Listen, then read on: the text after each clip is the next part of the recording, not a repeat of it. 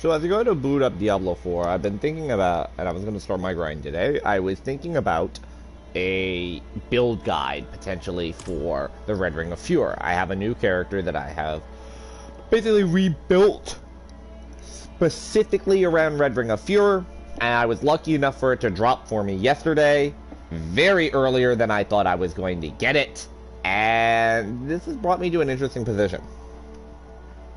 And I want to discuss that. The reason why I'm starting this video on the character page is specifically to showcase a problem with uniques. A majority of the characters that I run, their builds are centered around at least one form of a specific unique. This character uses unique pants. I believe this character doesn't use a unique. I don't think it does. It might be using Mother's Embrace. I'm not really sure on that. This character is using a unique staff and unique gloves. This character is using a unique chest, a unique amulet, unique gloves. This character is using a unique chest. This character has a unique ring as of right now, but it's going to need a unique two-handed bludgeoning and a unique two-handed slashing. This character is using a unique head. This character is using... I don't know if I'm still rocking the chest. It might be using a unique chest. This character is definitely using a unique chest piece. This character is currently not rocking a unique, but he will be if I can get the malignant ring for him. This character is using a unique head, a unique chest. This character is using a unique staff and a unique chest. So a lot of the builds that exist in the game are based around particular uniques. So what is the unique problem with uniques? Now obviously the majority of my characters are what you would consider to be mid-game characters. They are characters that are traditionally in the middle portion of the gameplay experience, which a large percentage of the Diablo 4 player base now no longer gets to. Majority of the Diablo 4 player base played the campaign, played a little bit of Season 1, left. By the time they're 55 or 60, they're gone. That's where the majority of the player base went. The hardcore community that's still here for the game, that plays all the way up to 100, that has multiple level 100 characters, multiple seasonal characters that grind up until level 100 and beyond, those types of characters would look at you, would look at somebody in a mid-game perspective or somebody of a more casual perspective and kind of not give a shit. However, I want to discuss something, okay? Now, I have the Red Ring of Fear right here. This is the new Red Ring of Fear, and this dropped for me at level 56. This dropped for me very early on, and the reason why I decided to make my new Barbarian specifically around the Red Ring of Fear is because I had been trying to figure out what I was going to do with this Barbarian, and I came up with a decent idea for a build to take advantage of both the core skill and the death blow. And I'm happy with the results of the build that I have, even though it's much more offensively based and much less defensively based. This is not going to be a build guide, though, for Red Ring of Fear anymore. So I want to discuss something. Now, when I get Red Ring of Fear, I'm currently running this as my bludgeoning. I will be getting Hellhammer. But this is my primary source of damage right now. My two-handed slasher is the weapon that I will be using as the damage dealer. So if you did not know, you can go over to abilities, you go skill tree, you press L3 if you're on PS4, and you can assign what weapon you want. And if you notice on Upheaval, I have assigned my slasher, my two-handed slasher, as the weapon of choice. And the reason for this is that I do not want to be limited by the strength of my Hellhammer in order to deal damage.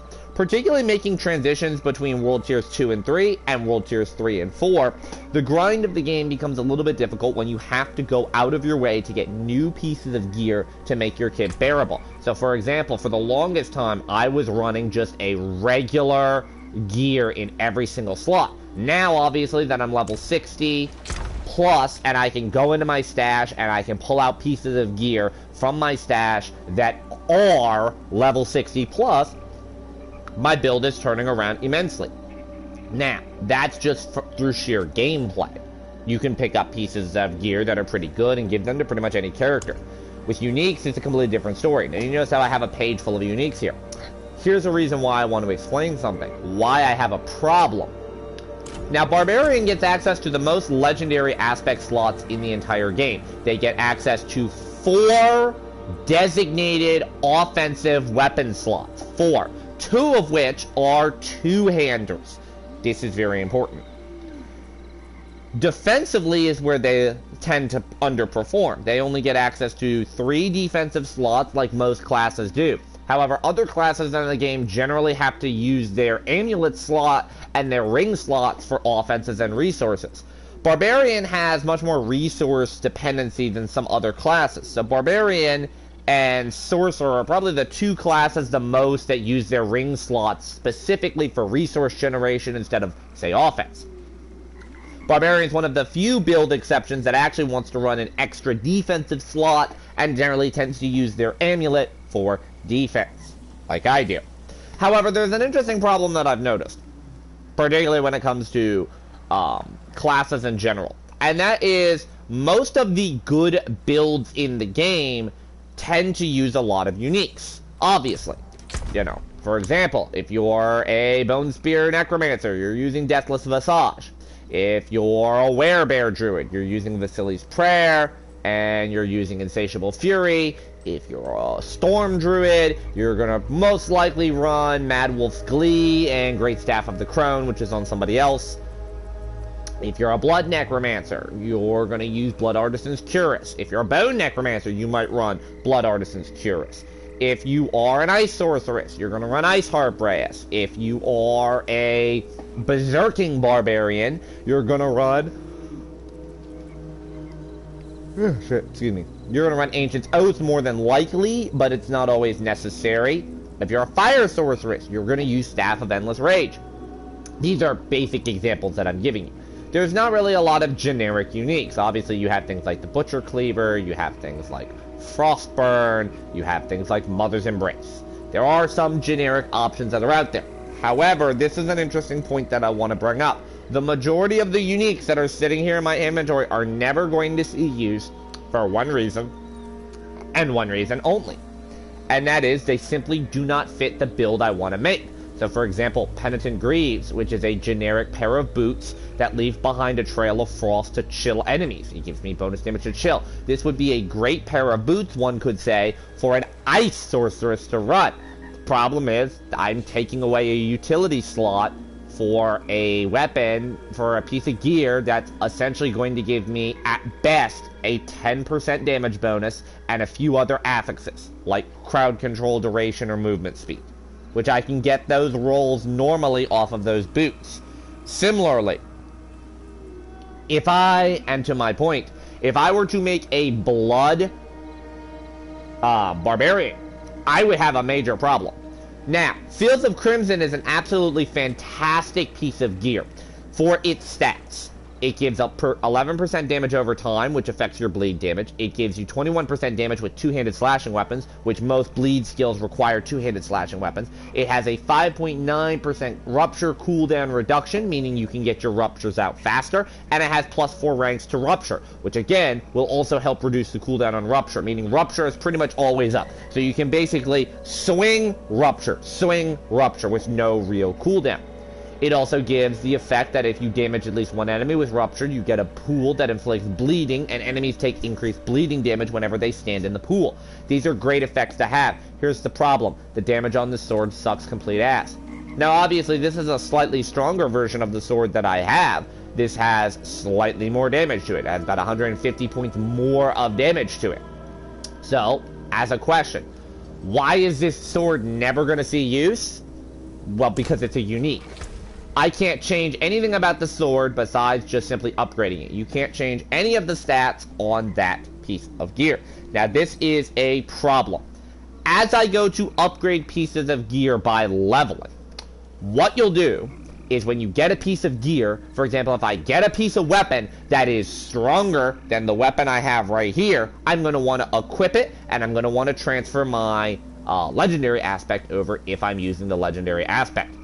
However, you can't do that with uniques, meaning if you are playing a build that is specifically requiring, say, the Staff of Endless Rage, you're going to be stuck with whatever your highest roll is of a Staff of Endless Rage.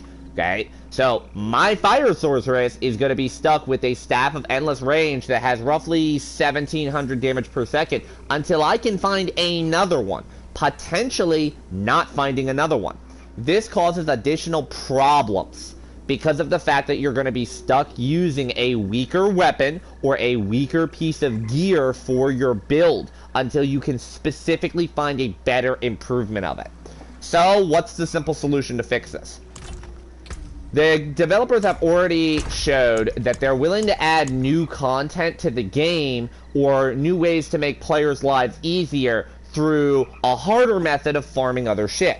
Players complain too much about not being able to get access to Uber Uniques and not having reliable drops on the gear that they want. And they're currently tied to Duriel and some of the Uber bosses that require materials. So you have to grind out Helltides to get Living Steel, you have to grind out Trio Whispers to get Varshan body parts, you have to churn out Nightmare dungeons that are level, Nightmare tier 30 or higher to get Distilled Fear.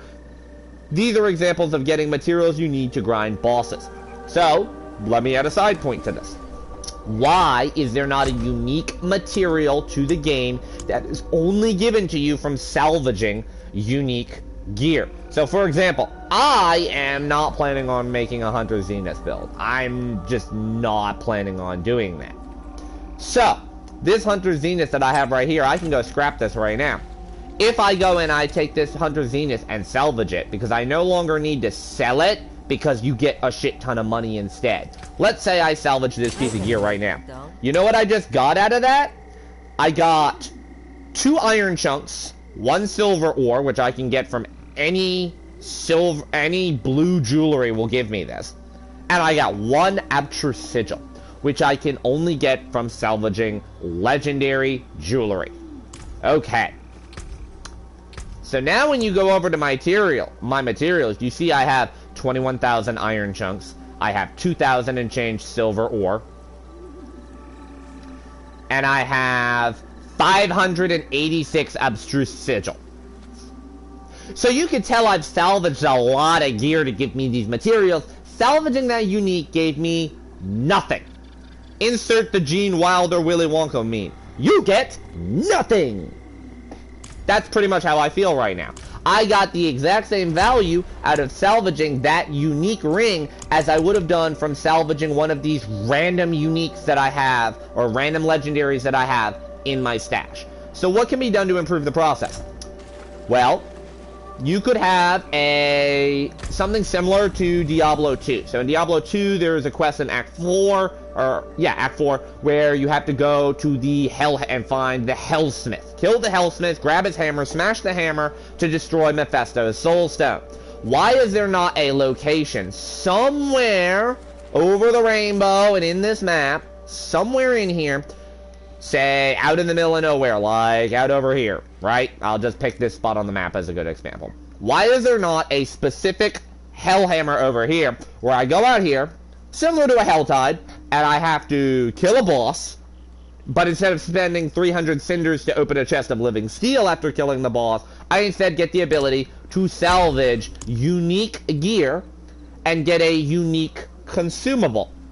This unique consumable could then be brought to Denman, and it would give you the ability to turn any yellow item of a similar class into another unique you have already salvaged. You could consider this to be similar to a blueprint construct. So, for example, let's say I take a Hellhammer and I salvage the Hellhammer at this event. I get a blueprint out of it, and then the second time I salvage a Hellhammer, I get a piece of gear or consumable or something. Then I can come over to Denman with a regular hammer, a regular two-handed bludgeoning weapon, that blueprint, and that piece of gear, and I can turn any yellow or legendary in the game into that. Because remember, uniques can't have any of their affixes change. So, as an example, every single Mother's Embrace ring that you are going to have is going to have resistance to elements, shadow resistance, plus to all stats, plus to critical strike damage, plus to overpower damage, plus to lucky hit chance, and it's going to have the core skill affix. It's going to have every single one of these stats on every single one of these Mother's Embrace rings. There are no exceptions to this rule. So, in theory, the jewelry isn't what you would ever do. And in practice, that is the case. 9 times out of 10, you will see players like big name streamers that will get a piece of jewelry to drop in World Tier 3 and will still be using that on level 100 builds, even though it's a sacred, if they haven't gotten another version of it to drop, because realistically speaking, it is a unique. It's not that valuable to their build besides the affix to it. Like, let's say I get another Ring of Red Fury. This one right here is a max roll. It has the 30% max multiplicative bonus right here. Sure, I could get a higher resource generation roll, or a higher maximum fury roll, or a higher attack speed roll, but that's not really that impactful to me. Sure, I could get higher fire resistance, but if the multiplicative bonus is lower than, say, 25%, I wouldn't run that ring. I would keep rocking with this ring because those other stats really don't matter. In a similar vein, look at a Mother's Embrace ring, right? Mother's Embrace is a similar stat. I'm not gonna unequip a Mother's Embrace because, hey, this new one that I got has, you know, +3 more to all stats. This ring right here is clearly superior to this ring. It's higher in every single capacity, right? So I can take this ring and go salvage it. But here's the point. I don't get any value out of salvaging this. It's not worth me to sell it for 160k in gold, because I don't need gold. I can go run Trio Whispers and get 10 times that. There's no point in salvaging it, because I'm going to get the same shitty materials that I would get for salvaging a regular. But specifically in the case of things like weapons, like a Fireball Sorceress that is stuck using a Staff of Endless Rage that has 1500 points of damage all the way up into World Tier 4, all the way up into level 80, 85, 90, 95, 100, because they can't get a staff that drops a higher damage value because it's considered to be a low level unique. There needs to be a way for me to take my excess copies and bring them somewhere, salvage them, and just be able to turn any weapon into the game into a unique. Because remember, all I'm doing by making a piece of gear that I have in my inventory unique, let's say I were to take, I don't think I have an axe on me, which kind of sucks for this analogy. But let's say I take this distinguished hammer right here, pretend this is a mace instead of or an axe instead of a hammer. Say I take this and want to make this into a butcher's cleaver, right? The stats on it don't matter besides the item power and the damage per second, because the damage per second is the only thing that's going to carry over. I would be taking an 899 damage per second weapon, and I would be turning it into a butcher's cleaver. My current butcher's cleaver is 869 damage per second. Now obviously, I'm not using the butcher cleaver for its damage output. I don't care about its affixes. I'm using for the lucky hit crit crowd control. That's what I'm using it for. And it's a damn good lucky hit crit crowd control skill for being able to take advantage of critical strike damage to crowd control enemies. So, I'm going to be stuck with a weapon right here that I'm not using offensively just for its affix. Now, as a barbarian, I'm fine with that. I have 4 weapons to choose from, so to speak. I can afford to lose one of those weapons.